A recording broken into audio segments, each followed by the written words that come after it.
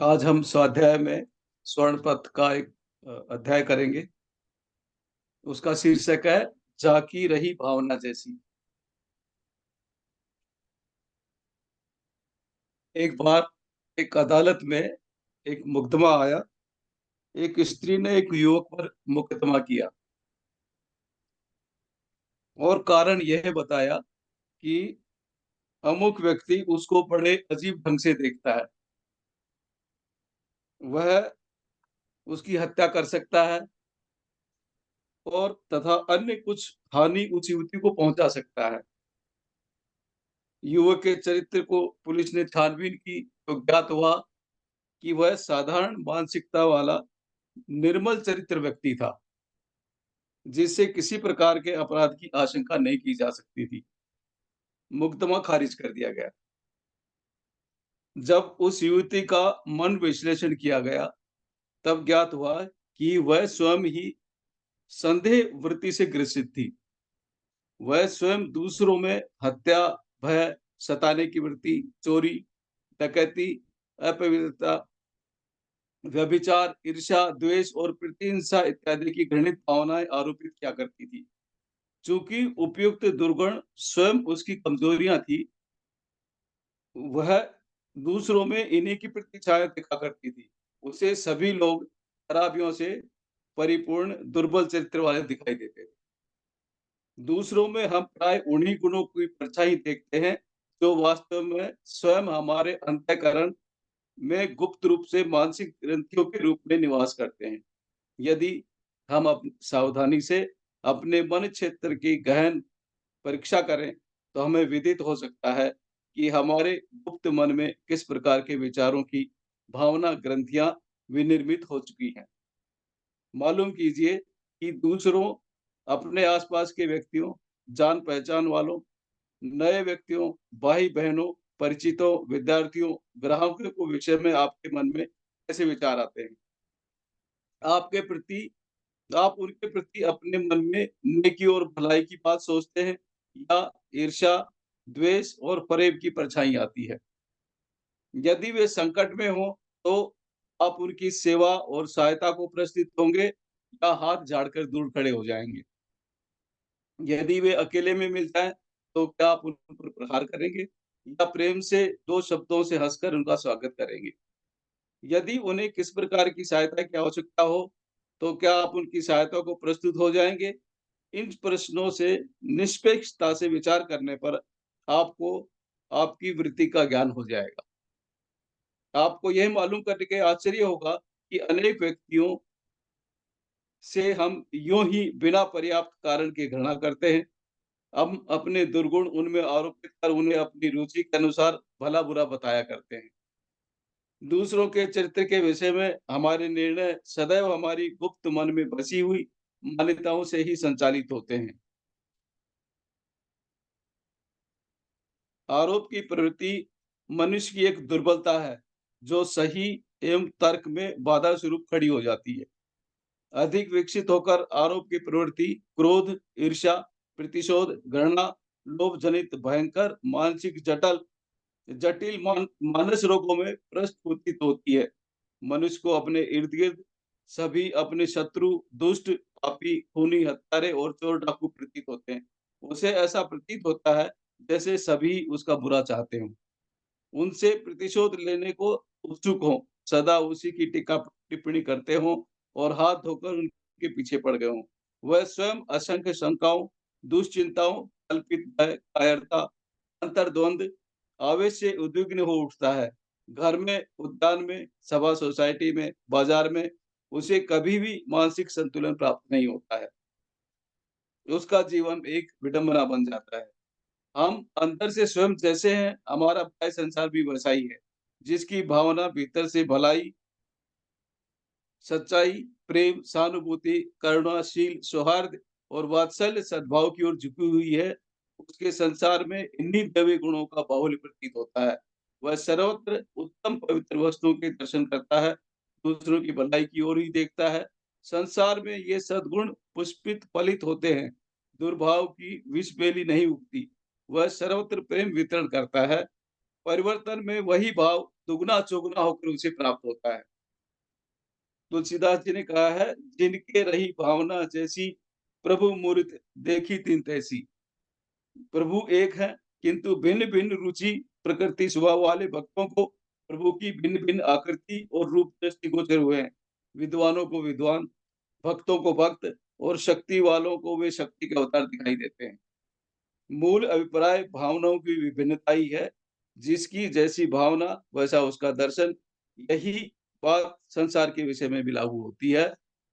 इस त्रिगुण जगत के अनंत भंडार में सत्य, रज और तम के अनुसार प्रत्येक के गुण अवगुण से भरे पड़े हैं, किंतु मनुष्य अपनी भाव के अनुसार उनकी प्रतीति करता है।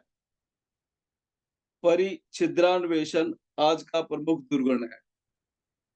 अमुक व्यक्ति ऐसा है, अमुक व्यक्ति वैसा है, झूठ बोलता है, ईर्ष्या द्वेष के वैर में फंसा हुआ है, समाज का शत्रु है, उससे इतनी हानि हो रही है, इत्यादि बातें कोई व्यक्ति दूसरों के विषय में कह देते हैं।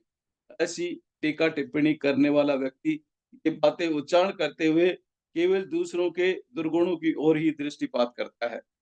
जबकि ये समस्त स्वयं उसी के गुप्त संस्कारों में जटिलता से बैठे रहते हैं। वो ये नहीं सोचता कि दूसरों की आलोचना करने वाला स्वयं कितने दुर्गुणों, पापमय संकल्पों, दुर्विसंधि, दुर्भावनाओं का शिकार है। दीपक के नीचे स्वयं कितना अंधकार एकत्रित है। अब ये बताया गया है कि सही विचार कैसे आएँ? सही विचार की बाधाएँ 7 बाधाएँ होती हैं। पहली है भाग्यवाद, दूसरी है सांप्रदायिकता, तीसरी है अति भावुकता, चौथी है उत्तेजना जैसे क्रोध, काम, वैर और भय, 5वीं है पलायनवाद, 6वीं है कल्पना की अतिशयता और 7वीं है आत्महीनता या आत्म अनभिज्ञता। ये सही विचार की बाधा है जो हमारे विचार सही नहीं होने देती हैं। जो पहली बाधा है वह भाग्यवाद है। जो कुछ भाग्य में निर्दिष्ट है वही होता है, ये हमारे लिए कुछ ना होगा, हम क्यों प्रयत्न करें? क्यों इतना झंझट मोल लें? कार्य करें भी क्यों जब नियति का कुटिल चक्र हमारे भाग्य का निर्णय कर रहा है? भाग्यवादियों की ये तर्क अनुपयुक्त हैं। इनके कारण मनुष्य को अपने को डरपोक समझता है और शुद्ध निर्णय नहीं ले सकता है। दूसरी बाधा है सांप्रदायिकता। अमुक व्यक्ति दूसरे धर्म का है, अतः उसके साथ दूसरी तरह का व्यवहार होना चाहिए। अमुक व्यक्ति मेरे धर्म या प्रांत का है, अतः उसका अनुचित सहायता भी मुझे करनी चाहिए। ऐसे विचार हमारे न्याय करने में बाधक होते हैं। किसी भी प्रकार की सांप्रदायिकता न्याय में बाधक नहीं होनी चाहिए। हमारे हैं, सभी के भीतर कर्तव्य की पूर्ति करते रहेंगे। हिंदू, मुसलमान, सिख, ईसाई, पारसी, जैन सभी में एक ही आत्मा का निवास है। सभी हमारे आत्मस्वरूप बंधु, हितैषी और प्रेम पात्र हैं। हमारा किसी से कोई वैर विरोध नहीं है। इस प्रकार के विचार मनुष्य को सत्य और न्याय तथा अहिंसा के मार्ग पर रखते हैं। तीसरी बाधा अति भावुकता है। दया, करुणा, प्रेम, सहानुभूति, कृपा इत्यादि एक मर्यादा तक ही उचित हैं। यदि ये मर्यादा के बाहर चले जाएँ, तो मनुष्य विवेक नहीं कर पाता। हमें अमुक का विशेष ध्यान रखना चाहिए, क्योंकि वह हमारा कुटुंबी है, पुत्र-पुत्री या नातेदार है।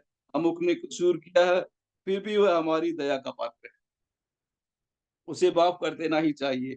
अमुक पर हमें रहम आता है, वह अपना सब कुछ उसे दान दे देना चाहिए। महान अपराध करने पर भी उसे सज़ा नहीं मिलनी चाहिए। अति भावुकता में ये मान्यताएँ मनुष्य के सत्य, न्याय और कर्तव्य के मार्ग में आकर खड़ी हो जाती हैं, उसे आगे नहीं बढ़ने देती। चौथी बाधा है उत्तेजना। क्रोध, भय, काम, वैर आदि क्षणिक आवेश मनुष्य को अंधा बना देते हैं।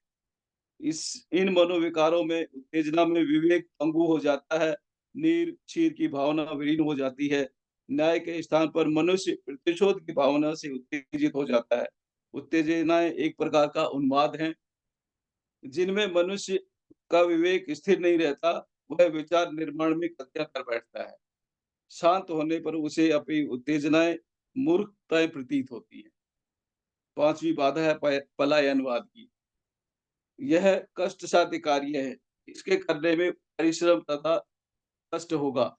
कौन व्यर्थ के झंझट में पड़कर आफत मोल ले, या माथापच्ची करे, चलो इसे छोड़ देते हैं। सरल कार्य कर डालें। इस प्रकार के व्यक्ति पलायन वृत्ति के हैं, जो कठिन, संघर्षपूर्ण, जटिल कार्यों या विषयों से भागते या पलायन करते हैं।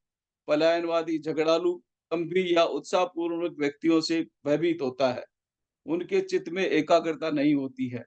उसका मन क्षण-क्षण में तितली की तरह इधर-उधर भागता रहता है। उनमें स्थिरता, एक निष्ठता, स्वयं अपनी बात पर डटे रहना, चरित्र की निष्ठा आदि सद्गुण नहीं होते हैं। फलानुवृत्ति मनुष्य को एकनिष्ठ, विवेकशील तथा दृढ़ी नहीं बनने देती है। वस्तुतः प्रत्येक सही विचार वाले व्यक्ति को इस वृत्ति का परित्याग कर देना चाहिए।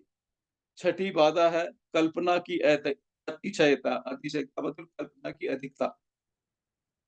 अपनी ही कल्पनाओं में मस्त रहने वाला व्यक्ति सबको उसी रंग में देखता है, जैसे स्वयं उसकी अपनी भावना होती है। हवाई किलो में निरत रहना, काल्पनिक जगत में निरंतर विचरण करना तथा पार्थिव जगत के उत्तरदायित्व, कठोर संघर्ष, कर्म इत्यादि का दृष्टि में न रखना मनुष्य को शेखचिल्ली बना देता है। ऐसे व्यक्ति बड़ी लंबी-चौड़ी बातें बनाते हैं, बड़े-बड़े वादे करते हैं, उनकी कागज़ी योजनाओं का पार नहीं, किंतु जब सांसारिक मजबूरियाँ उनके समक्ष आती हैं, तब उन्हें काल्पनिक जगत का मिथ्या तत्व मालूम होता है। और 7वीं बाधा है आत्महीनता या आत्माभिमानिता। आत्महीन व्यक्ति अपने आप को नीचा समझता है, जबकि आत्माभिमानी अपने बराबर किसी दूसरे को नहीं समझता। एक को अपनी शक्तियों में अविश्वास होता है, दूसरे को अनुचित विश्वास और मद। मदमस्त या आत्महीन व्यक्ति क्या न्याय करेगा? इसके अतिरिक्त देश काल, परिस्थिति की अज्ञानता, शक्ति से अधिक कार्य अपने ऊपर ले लेना, जानकारी की कमी और कानून से अज्ञानता मनुष्य को सही विचार निर्माण करने में बाधा रूप उपस्थित होती है। मनुष्य को चाहिए कि यथासंभव इनसे दूर रहे और निर्क्षीर विवेक विकसित करे। बहुजन हिताय, बहुजन सुखाय को समक्ष रखकर हमें कार्य में अग्रसर होना चाहिए। बहुत-बहुत धन्यवाद सर।